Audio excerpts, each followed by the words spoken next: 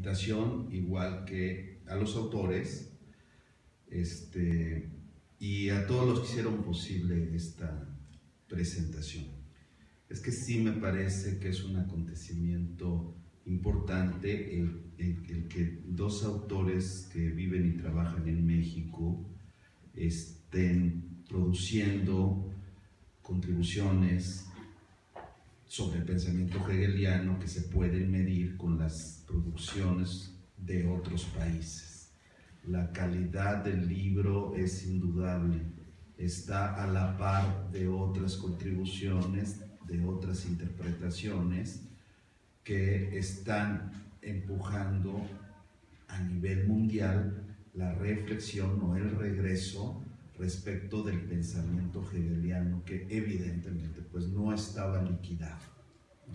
Entonces es un acontecimiento a celebrarse el que la UAM, Iztapalapa y la editorial Gediza se animen a vehiculizar, a dar cauce a la producción del conocimiento que pues no está orientado al relumbrón, a obtener fama y salir en la televisión haciendo el análisis de las campañas electorales y las elecciones, que también hay que hacerlo, es inevitable, pero que han dedicado muchos años de su vida académica al cultivo profundo, cuidadoso, a veces hasta deprimente de la filosofía, y especialmente de la filosofía política.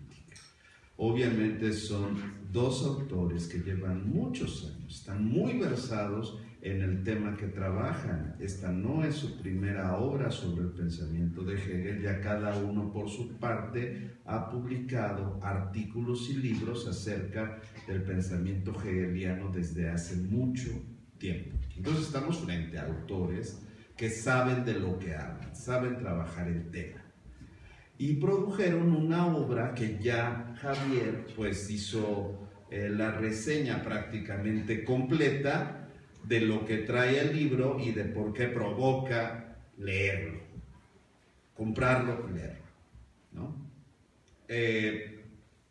Entonces no me voy a dedicar, traía algo preparado, pero era más o menos la reseña que ya hizo Javier. Entonces siempre arrancar más bien participar después tiene la desventaja de que empieza uno a repetir lo que ya dijo el día antes y se empieza a aburrir el público. Entonces el auditorio está muy bonito como para echarlo a perder con otra vez repetición. Entonces más bien se me ocurrió plantear primero en términos así esenciales, ¿no? Y a propósito digo la palabra esencia como para provocar en tiempos antiesencialistas, ¿no?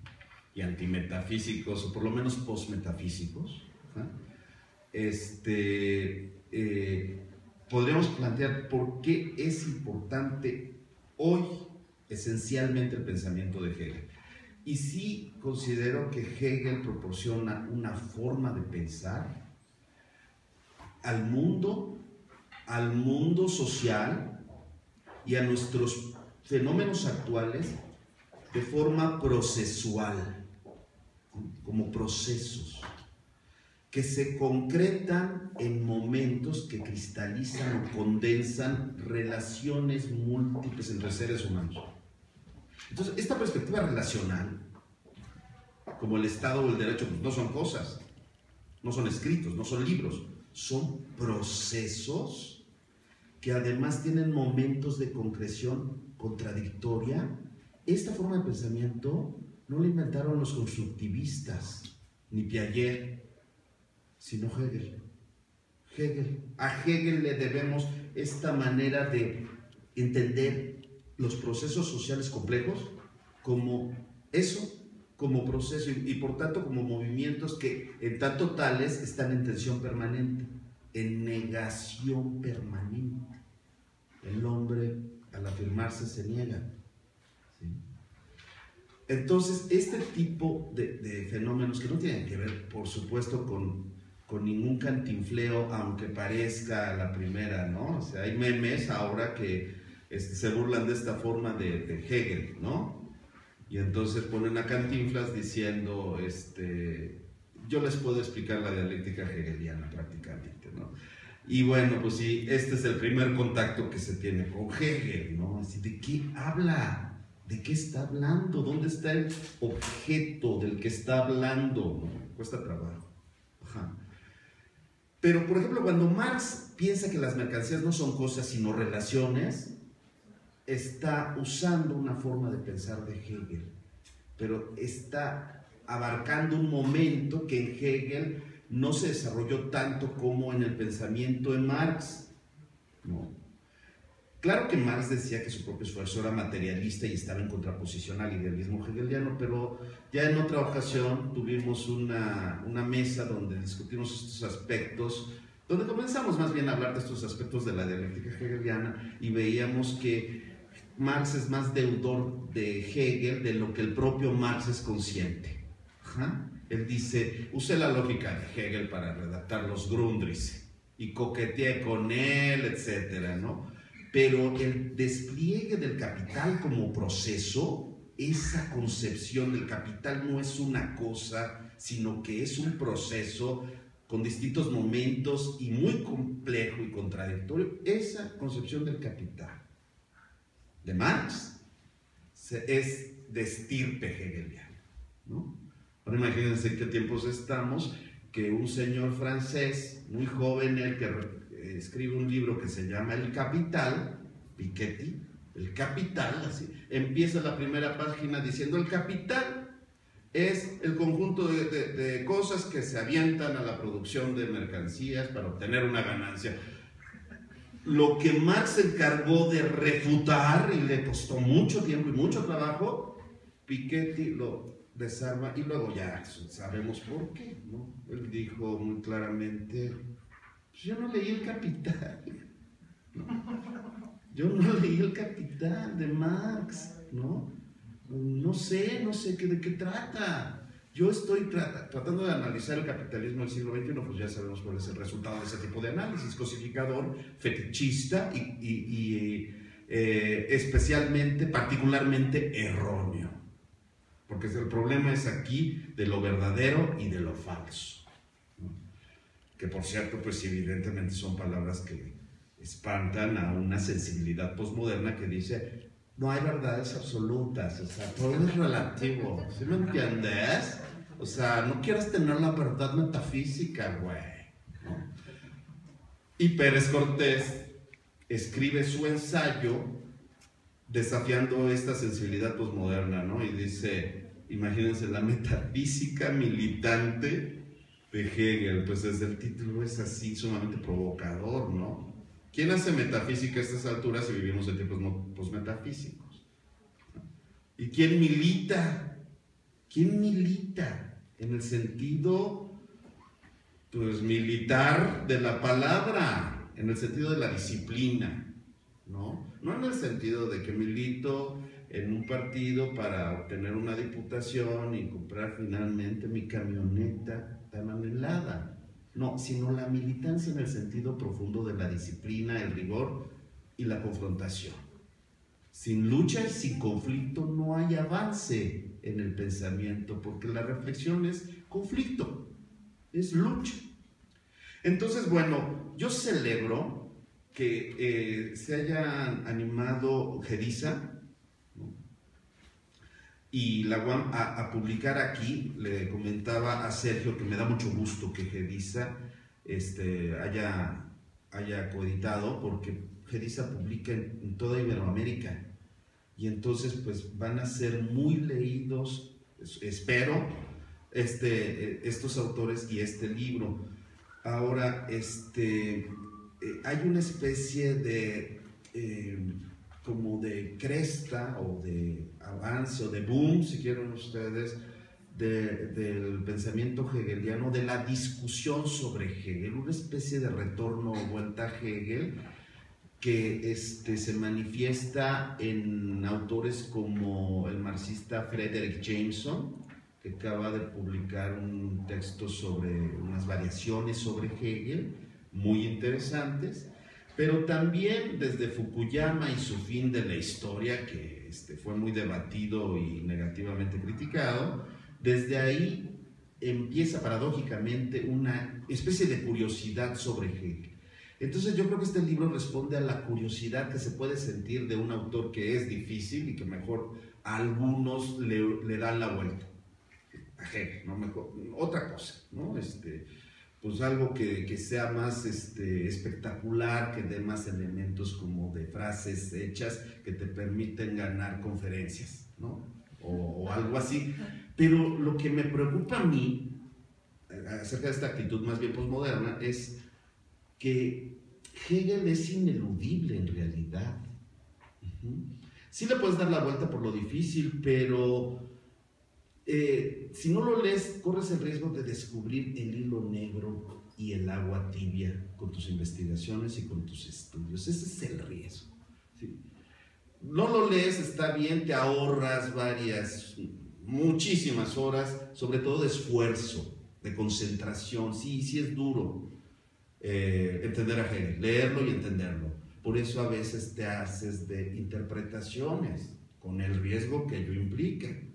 Yo he de confesar que la interpretación de Hippolyte de la fenomenología del espíritu me parece más difícil de entender que la propia fenomenología del espíritu. Y así pasa con algunas introducciones de Hegel que de repente ya están repitiendo al maestro. Bueno, quiero decir que una virtud de este libro, en primer lugar, es que usa un lenguaje no simple, porque aquí no hay simplezas, ¿no? La filosofía se debe de cuidar de ser gratificante, no, pues sí, no es novela y no es poesía. No dices, ay, qué padre, con esto me voy a ligar a una mujer. No, bueno, quizás sí, pero una mujer hegeliana, y eso es muy difícil, ¿no? Una mujer hegeliana. Pero sí permite, sí es un lenguaje filosófico, por supuesto, pero que permite el acceso a Hegel. Entonces me parece que uno de los méritos primarios de este libro es que sí te facilita la comprensión de un autor difícil por la filosofía del derecho, pero particularmente el ensayo de Pérez Cortés te lleva a la obligación de leer la lógica de Hegel. Un maestro viejo decía, Hegel, porque yo pues estudié ciencia política y estudiaba la filosofía del derecho, como supongo que a veces hacen aquí, ¿no? Supongo que leen la filosofía del derecho. Bueno, quiero suponer, seamos optimistas, ¿no? Pero yo no había leído la lógica de Hegel. Entonces un viejo maestro decía, no, a ver muchachito, Hegel es la lógica, ni le des la vuelta, ¿no? Pero la fenomenología, la dialéctica del amo y el esclavo, Lacan, las pulsiones, la lucha por el poder, es la lógica, lee la lógica, ¿no? Es más espectacular lo otro, ¿no? El discurso del amo. Wow, en psicoanálisis hay cursos sobre Lacan que explican el discurso del amo. Y el discurso de la histérica y el esclavo y todo es padre, ¿no? El Hegel de Kojev, hay que decir, es comercial, ¿no? Sí jala público. El asunto es que la dialéctica del señor y el siervo pues solamente ocupa una partecita de la primera parte de la fenomenología de Hegel. Y hay que leer toda la fenomenología para entender qué sentido tiene la dialéctica del señor y el siervo. Es un librazo, pero pues sí requiere introducciones. Y me parece que el libro de Pérez Cortés y de Jorge Rendón sí apunta a esta especie de ayuda para entrarle a Hegel en lo más fuerte. Ahora, en el debate actual de esta especie de boom sobre los estudios sobre Hegel, pues evidentemente están el texto de Fukuyama, que fue muy debatido en los 90, como algo muy falso y no sé qué, pero finalmente hay que leerlo y hay que entenderlo. Ahí está, él dice que recupera a Hegel para plantear pues el fin de la historia, y una especie de panegírico sobre la democracia y el mercado. Pero ahí está un recurso a Hegel. Otro autor que ha recuperado a Hegel es Charles Taylor. que escribió en 1975, el canadiense Charles Taylor escribió su Hegel, que muchísimos años después tradujo al español Antropos en coedición con la UAM y con la Iberoamericana.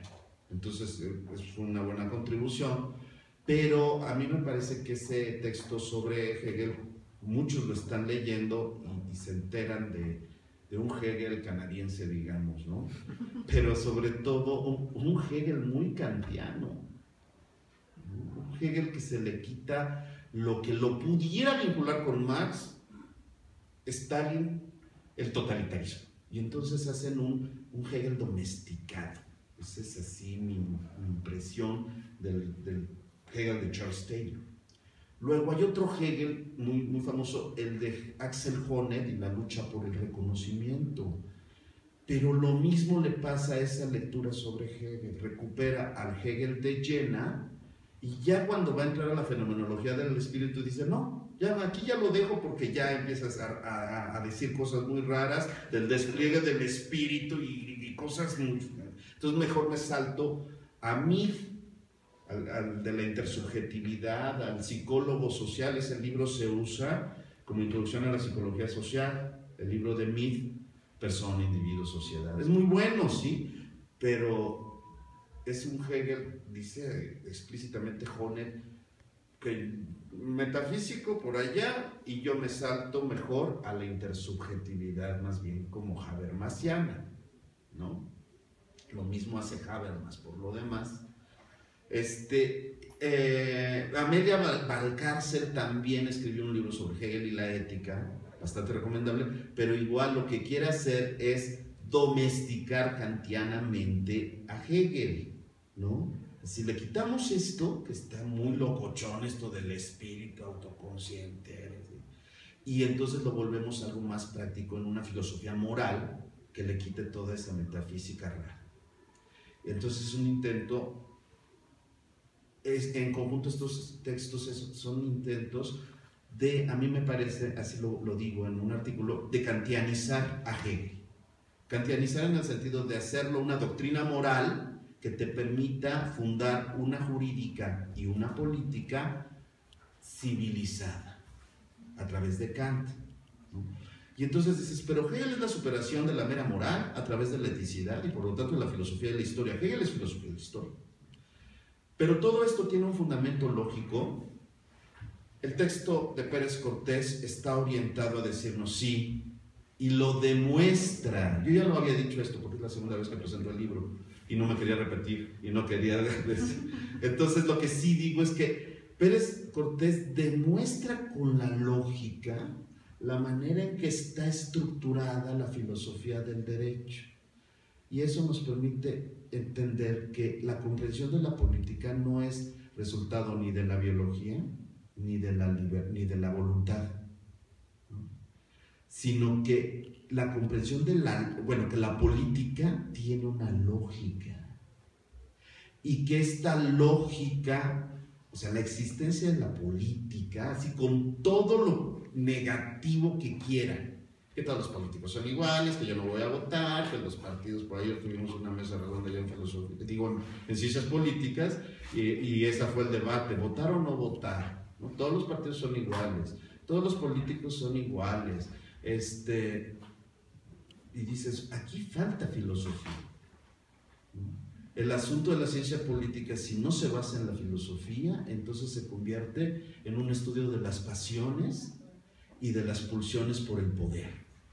Y eso, pues que lo hagan los biólogos, el instinto de poder y todo esto, pues que lo hagan los biólogos. De hecho, lo están haciendo. Los biólogos están entrándole a los temas que estaban reservados a los filósofos. Y a veces los resultados son catastróficos. Pero regresando al punto, más allá de lo que está envuelto en la política real y concreta de un país, hay un espíritu que sí le da forma, estructura, contenido al mundo. Craso error pensar que la política de México se resuelve en México, o que las fronteras de los estados nacionales son ontológicas, cuando el capital es un proceso que desde el principio ha sido global. desde el principio, ¿no? Que no es de que los ingleses o los holandeses hayan difundido su forma de vida, no. Fue un proceso complejo y fue un proceso mundial desde el principio y sí implicó una política global. Entonces, esta comprensión de la globalización como algo así que no se entiende muy bien porque son los poderes de las transnacionales, para un hegeliano no es nada raro, sí, pero cuidado, el capital no es un sistema económico que se pueda cambiar como se cambia un programa de computadora. El capital, y esta es una lectura hegeliana, el capital es una forma de vida, un ethos, un modo de ver la vida y de sentirla, o sea, no es tampoco tan superable como que ya ahora tomamos el poder, todos nos uniformamos como el presidente Mao y hacemos círculos de estudios en todos lados y hacemos la revolución cultural. Pol Pot, no, el capital es un proceso muy complejo y tiene un momento político global, obviamente de ahí se derivan los momentos particulares. Eso, la incomprensión de la teoría hegeliana del Estado hace que se piense que Hegel es autoritario, totalitario y no es democrático. La verdad es que hay una democracia subyacente en el planteamiento hegeliano, lo que pasa es que hay que leer bien la filosofía del derecho, y leerla bien significa leerla a la luz de la lógica. Sí, Hegel es un pensamiento moderno.